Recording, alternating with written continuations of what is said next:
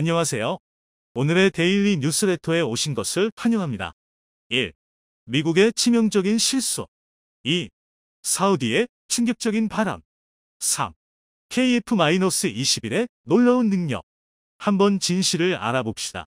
우크라이나 전쟁에 또다시 반전이 일었습니다. 미국 외교 전문 매체 포린폴리시 FP 러시아의 우방 벨라루스가 최근 국경지대에서 군사행동 움직임을 보이고 있어 우크라이나 침공에 가세하려는 징후일 수 있다고 경고하고 나섰습니다. FP가 벨라루스 상공에서 촬영된 위성 사진들을 분석해본 결과 우크라이나 북부와 맞닿은 접경 지역에 새로 조성된 숲길을 통해 벨라루스의 군사장비들이 이동해오는 모습이 포착됐는데, 지난주에는 러시아에 인접한 벨라루스의 비텍스크에서부터 폴란드 및 우크라이나에 인접한 브레스트까지 약 60km 거리를 310명의 군인과 각종 장비가 함께 이송된 것으로 확인됐습니다.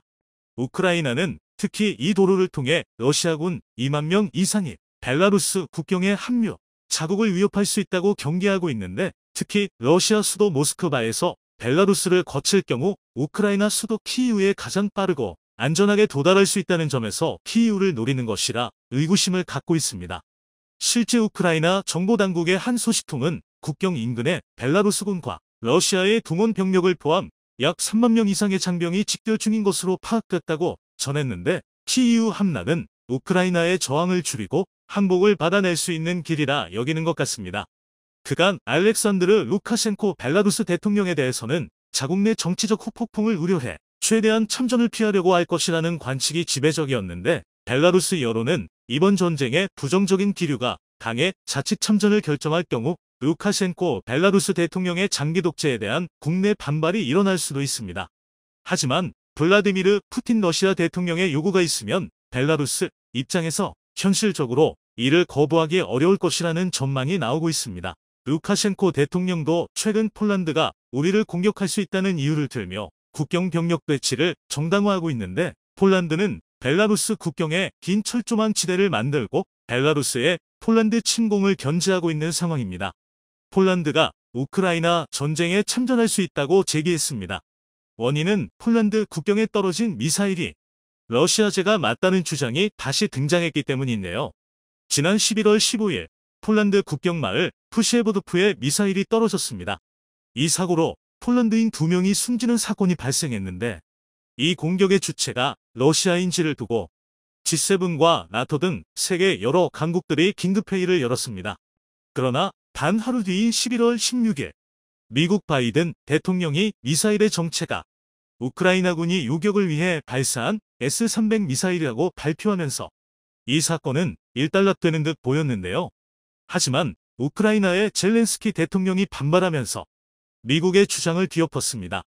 젤렌스키 대통령은 탄두 중량이 100kg이 넘지 않고 장약량은 수십 kg에 불과한 S-300이 터진다고, 깊이 5m, 직경 20m짜리 구멍이 생겼다는 것은 도저히 말이 안 된다며 폴란드를 공격한 미사일은 러시아가 발사한 미사일이 맞다고 강변했습니다.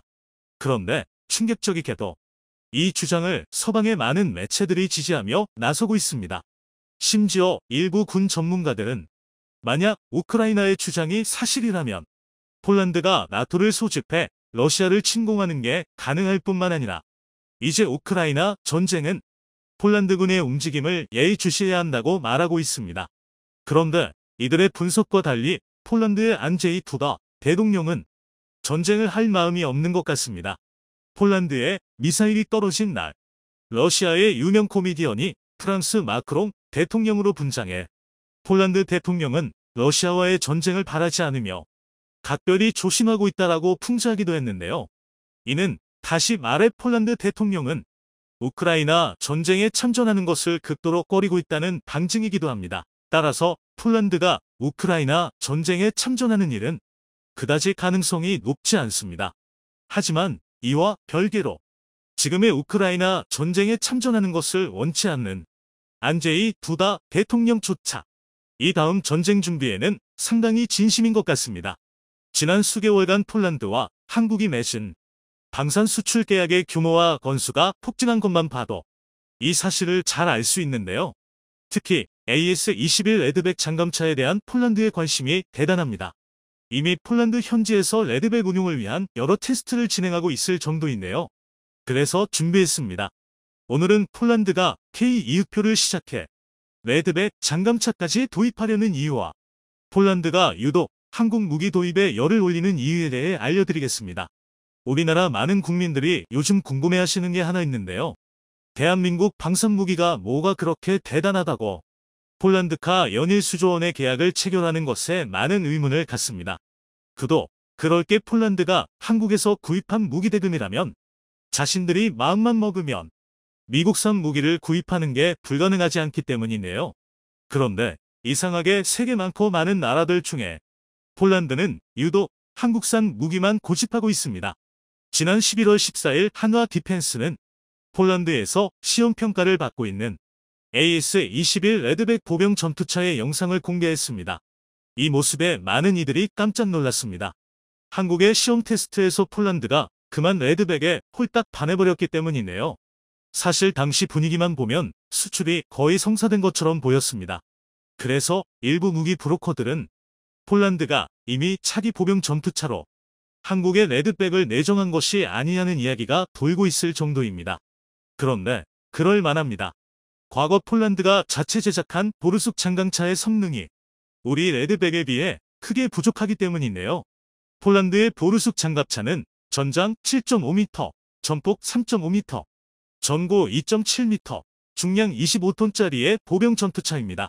또 엔진은 독일 MTU사의 T20 750마력 디젤 엔진이 사용됐고 주포는 미국의 부시마스터 E 30mm 기관포를 탑재했습니다. 그런데 현재 폴란드의 장갑차 수준이 한국에게는 구식이 되어 개량을 추진 중인 K-21 보병 전투차와 비슷한 스펙입니다. K-21 보병 전투차는 전장 6.9m, 전폭 3.4m, 전고 2.6m에 D840 렉스 850마력 디젤 엔진을 쓰고 있고 중량도 보르숙 장갑차와 비슷한 25톤인데요. 이렇게만 보면 그다지 문제가 없는 좋은 장갑차처럼 보입니다. 하지만 현실은 전혀 아닙니다. 보르숙 장갑차는 문제가 많아도 너무 많습니다. 먼저 화력이 딸립니다. 부시마스터 이 기관포는 드론을 상대로는 나름 괜찮은 무기지만 전차의 뒤에서 보병을 엄호하는 보병 전투차의 주포로 쓰기에는 너무 약한 무기입니다. 이에 반해 K-21 장갑차는 기관 부대의 선봉에서 기계화 보병을 지원하는 보병 전투차라는 목적에 맞게 79경장 40mm 기관포인 국산 K-40을 장비하고 있습니다. 그래서 두 전차의 화력을 놓고 따지면 K-21이 보르숙을 압도합니다. 미는 K-21의 개량형인 AS-21 레드백 역시 마찬가지인데요.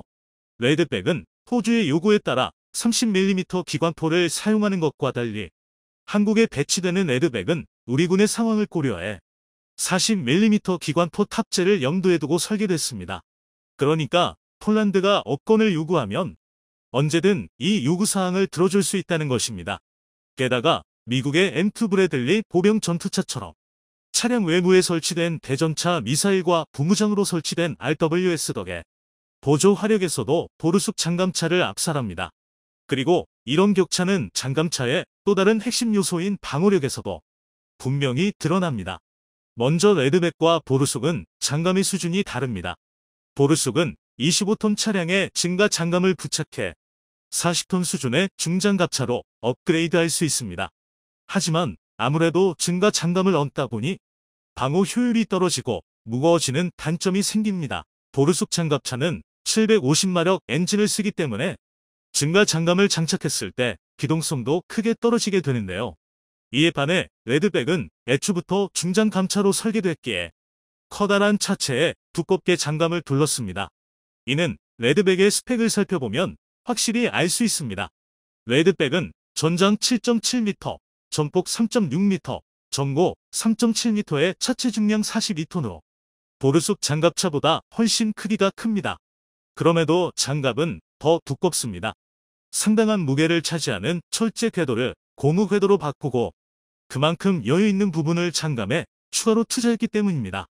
뿐만 아니라 K9 자주포가 사용하는 1000마력 엔진을 쓴 덕에 거의 전차 수준인 차체 무게에도 불구하고 최대 시속 70km를 안정적으로 낼 수 있습니다. 장점은 또 있습니다. 미래전을 대응하기에 반드시 필요한 첨단 방어 체계에서도 레드백은 보르숙을 압도합니다. 일례로 지금 보신 영상은 한화, 호주법인이 레드백에 달린 아이언 피스트로 대전차 로켓을 요격한 모습입니다. 날아오던 로켓을 단박에 격추하는 모습이 아주 인상적인데요. 이 아이언 피스트 체계는 이스라엘의 엘비사가 개발하였으며 현존하는 능동방어 체계 중 가장 선진적인 체계입니다. 이에 반해 보르숙 장갑차는 우크라이나 자슬론사의 능동방어 체계를 사용합니다. 그런데 이것이 나쁘지는 않지만 그렇다고 좋다고 말할 수도 없는 무기 체계입니다. 특히 보병 전투차의 주임무인 하차한 보병과의 협동 전투 중 적의 미사일을 요격하면 파편이 아군 보병에게 날아올 수 있다는 동국관 능동방어 체계의 한계를 그대로 답습했습니다. 정리하자면 보르숙 장갑차는 모든 면에서 한국의 레드백의 상대가 되지 않습니다. 그리고 바로 이 부분 때문에 폴란드 군인들은 자국 정부에게 방위산업 발전이라는 국익을 접어두더라도 보르숙 장갑차 대신 AS-21 레드백을 사자고 주장하고 있습니다. 지금 당장 러시아와 전투가 벌어질지도 모를 판에 성능이 떨어지는 장갑차를 살 수 없다는 건데요. 이게 무슨 말이냐면 최근 폴란드는 심각한 전쟁 위기에 노출되어 있습니다.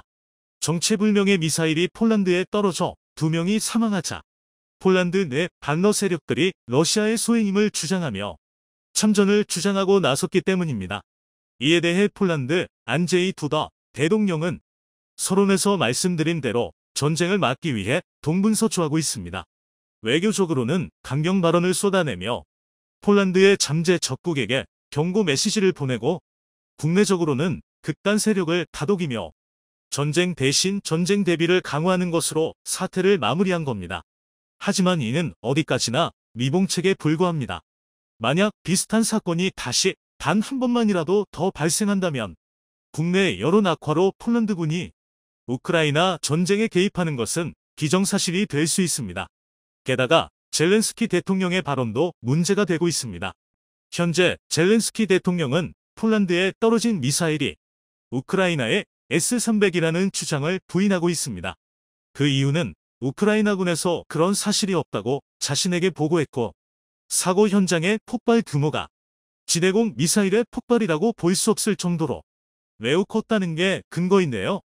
실제로 S-300 미사일의 탄두 중량은 100kg 정도밖에 되지 않으며 정밀 유도 장치 때문에 탑재된 폭격의 양은 탄두의 절반도 되지 않습니다.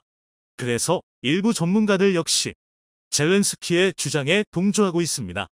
이들은 떨어진 미사일의 잔해가 S-300의 부품이 아니라 러시아제 순항 미사일의 부품이라고 주장했습니다.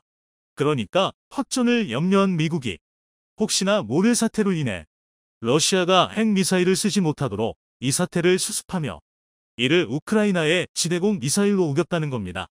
이는 달리 말해 러시아가 지금처럼 계속 미쳐 날뛰면서 우크라이나에 미사일 공격을 가하다 보면 11월 15일처럼 폴란드가 공격받는 일이 다시 발생할 수 있다는 뜻인데요. 이렇게 되면 폴란드는 무조건 러시아, 벨라루스와 전쟁에 나설 수밖에 없습니다. 동시에 나토 헌장에 따라 미국, 프랑스, 독일 등 나토 구성원들 역시 전쟁에 끌려가게 되는데요. 그래서 폴란드의 군인들은 만약의 사태에 대비하기 위해 한시라도 빨리 강력한 첨단 무기를 도입해 우크라이나에게 지원한 구식 무기의 빈자리를 한국산 무기로 메워야 한다고 말하고 있습니다. 하지만 폴란드 방산업체가 폴란드군에게 반발하고 있습니다. 폴란드 방산업체들은 보르숙 장갑차는 세계 최고는 아니라도 훌륭한 국산 무기이고 산업발전과 생산성 면에서 외산을 압도한다고 주장했습니다.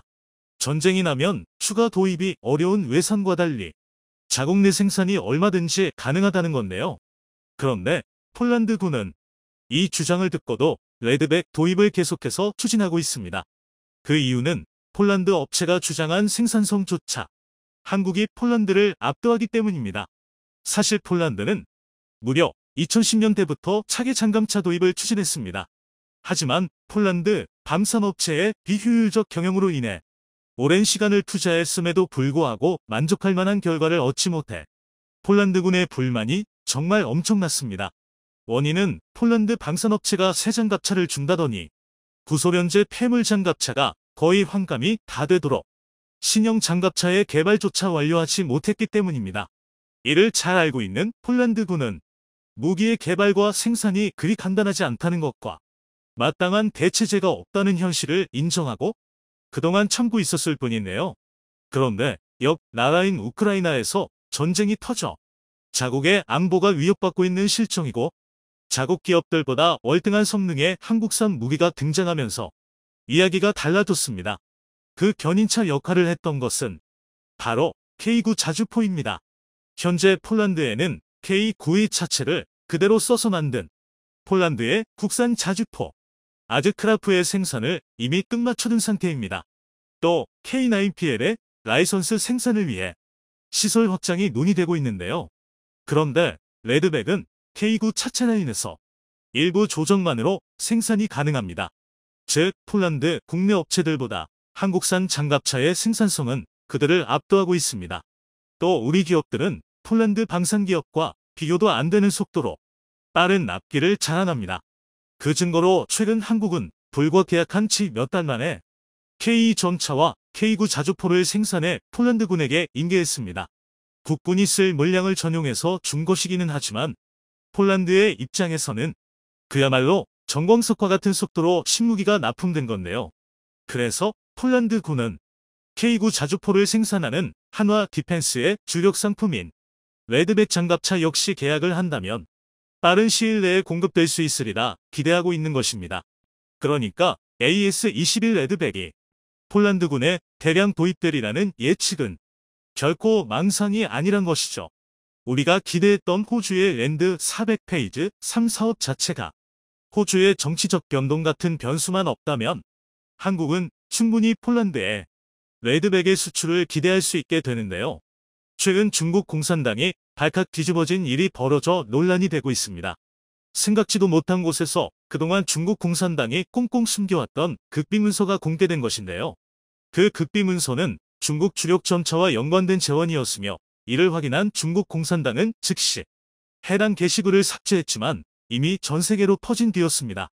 이를 확인한 전 세계 군 전문가들은 중국의 전차 스펙에 실소를 지을 수밖에 없었는데 중국이 그동안 한국의 K2 흑표 전차에 대해 자신들의 최신형 전차보다 못하다고 비교해왔던 것이 전부 거짓이기 때문입니다. 이 때문에 북한을 포함한 중국제 전차를 산 국가들이 난리가 났는데 한번 자세하게 알아보겠습니다. 최근 온라인 게임 워선더 커뮤니티 사이트에 충격적인 글이 공개됐습니다. 한 나사같이 생긴 쇠붕과 중국어로 가득한 종이 한 장의 사진이 올라온 것인데요. 이는 사실 중국 육군의 주력 전차인 99식 전차에 쓰이는 중국군의 신형 125mm 날개 안정 분리 철갑탄 앱즈 DTC-10의 제어표로 중국 군사 2급 비밀에 해당하는 극비문서가 등장하자 중국 보안당국이 발칵 뒤집어졌습니다. 중국 군사 보안부와 공안은 곧바로 군과 기밀을 유출시킨 글 작성자를 색출 체포하는 데 성공했는데 용의자는 현역 군인 신분으로 관련 병과에서 군복무를 하고 있었습니다. 중국군 보안부는 용의자에 대해 왜 이 같은 범행을 저질렀는지 심층적인 신문을 진행했는데요.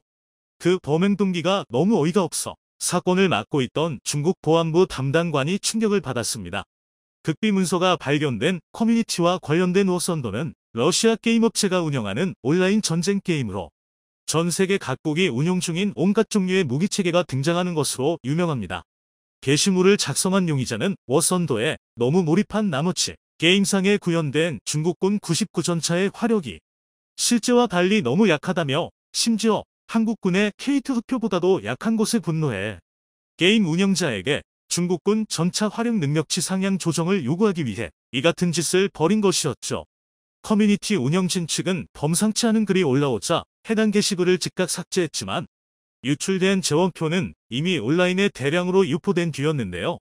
이런 게시물을 작성하는 대부분의 사용자들은 우리나라 무기가 너무 약하니 능력치를 상향 조정하라는 취지로 다른 사용자들과 논쟁을 벌이다가 자신의 정보와 지식을 과시하기 위하 기밀 자료를 공개하는 경우가 대부분입니다.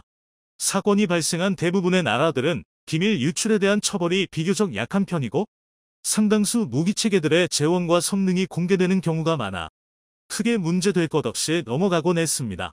하지만 이번 사건은 정보 통제가 엄격하고 범죄자에 대한 처벌이 대단히 강력한 중국에서, 그것도 현역 군인에 의해 일어난 일이어서 중국 당국도 상당한 충격을 받았는데요. 이번에 실제 재원이 공개된 중국군 전차포탄은 대륙의 실수라고 불리는 최신형 90-90 계열에서 사용하는 DTC식 125mm 날개 안정식 철갑탄으로 중국군의 현용 전차포탄 가운데 최강의 위력을 가진 것으로 평가되는 것이었습니다.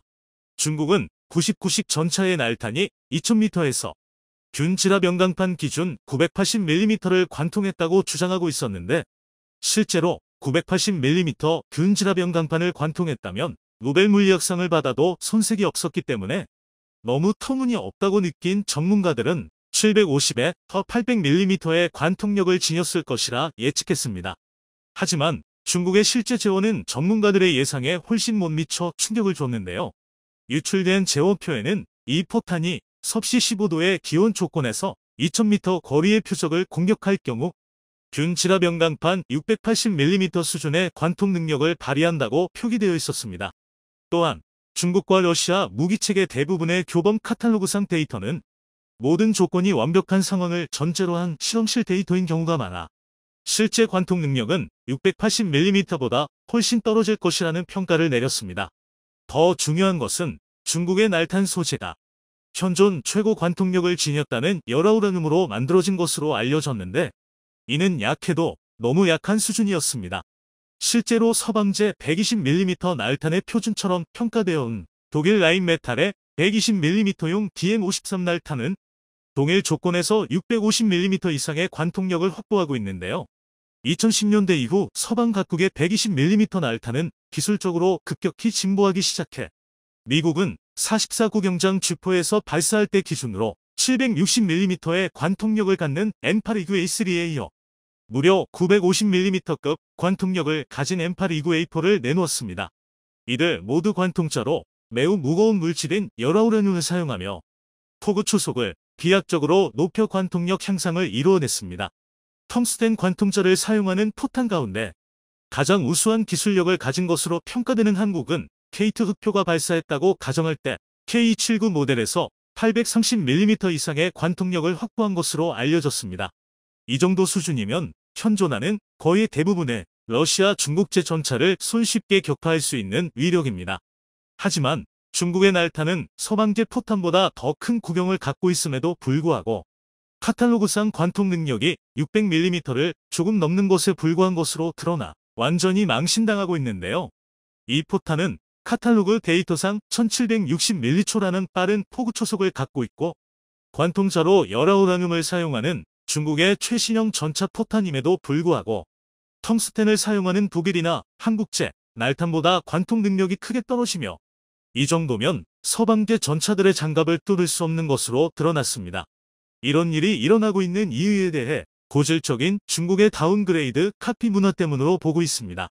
중국이 자국산 전차 개발의 기술적 토대로 삼은 구소련제 전차들이 가지고 있던 기술력 부족과 설계 오류들을 중국 전차들이 그대로 물려받았는데요. 기본적으로 구소련제 전차들은 작고 가벼운 것이 특징이었습니다. 이유는 엔진 기술 때문인데 고출력 디젤 엔진 제작이 어려웠던 구소련과 공산권 국가들의 전차는 상대적으로 가볍고 작아질 수밖에 없었습니다. 이 핸디캡은 전차의 내부 구조와 성능에 결정적인 악영향을 미쳤는데 그 산물이 분리장 전식한 약이죠. 구소련의 전차들은 크기와 중량에 제약이 있을 수밖에 없었고 이 때문에 전차 내부 공간이 매우 좁았습니다. 그럼에도 불구하고 서방 전차들을 파괴할 수 있는 공격력을 가져야 했기 때문에 동급 서방제 전차보다 더 큰 구경의 전차포를 탑재해야 했는데요.